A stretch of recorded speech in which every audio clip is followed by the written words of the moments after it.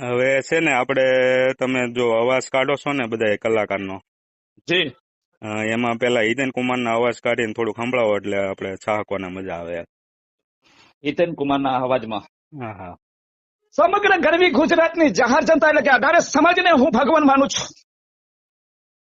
અને આજે બરોબર. મોચડી ગામના મારા ખાસ પરમ મિત્ર એટલે કે શૈલેષભાઈ હંમેશા માટે પોતાના ભાઈથી પણ વધારે મને માનીને એમ કે સપોર્ટ કરનારા હંમેશા માટે મારી સાથે રહ્યા છે. અને ગુજરાતી ફિલ્મનો ડાયલોગ એટલે હિતેન દાદાનો હા. આપણે એક મનોરંજન પાત્ર અને રિયલ ડાયલોગ હિતેન દાદાનો. હા હા. એ જામીનદારના રોટલા ઉપર નમનારા કુરકુરિયા જાતારા જામીનદારને કહી દે કે ફરી એકવાર રામલો આવ્યો છે. રાવણની દુનિયાને બહાડીને ખતમ ના કરો તો મારું નામ સૂરજ નહીં. આ એમની ફિલ્મ હતી એકવાર મારા મલકમાં આવજે. હા પછી ડાઈવર દિલવાળો.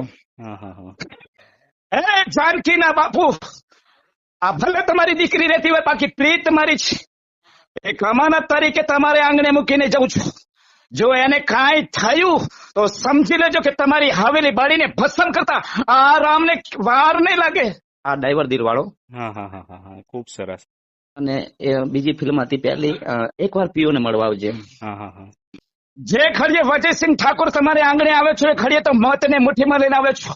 અને આજે મારા નાનકાનું વિક્રમનું પ્રીતનું ફૂલ ખીલું છે અને રાધાનો હાથ માંગવા આવે છું. પણ એક હત્યારો થઈને બીજો હત્યારો કઈ રીતનો હોય એ તો વિચાર કરો મુખી કાકા. આ એમને એકવાર પીઓને મળવા આવજે. બરોબર. હા હા હા. ખૂબ સરસ. અનેક એમના અવાજો ડાયલોગો બધા માર્કેટમાં દરેક ફિલ્મમાં ખૂબ સારા ડાયલોગ હું એમનામાં જોઈને ઘણું બધું શીખતો હોઉં છું. સરસ સરસ. તો ગોવિંદભાઈ, તમે આ કેટલા સમયથી અવાજ કાઢતા હશો?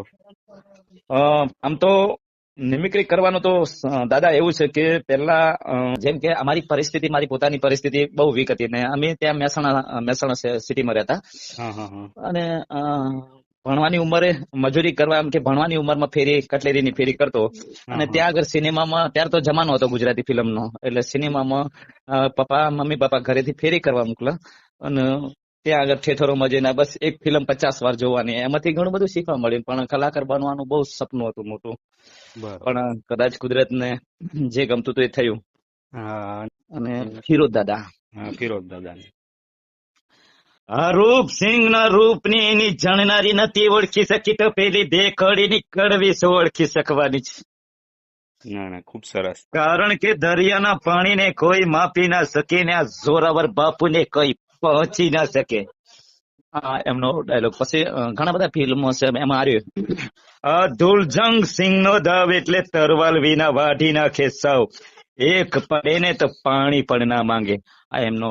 પછી બીજા નંબરમાં સાવજ બગડે ને તો જંગલ થથડે અને આ બાપ બગડે ને તો 52 ગામ ફફડે. આવા ઘણા અનેક એમના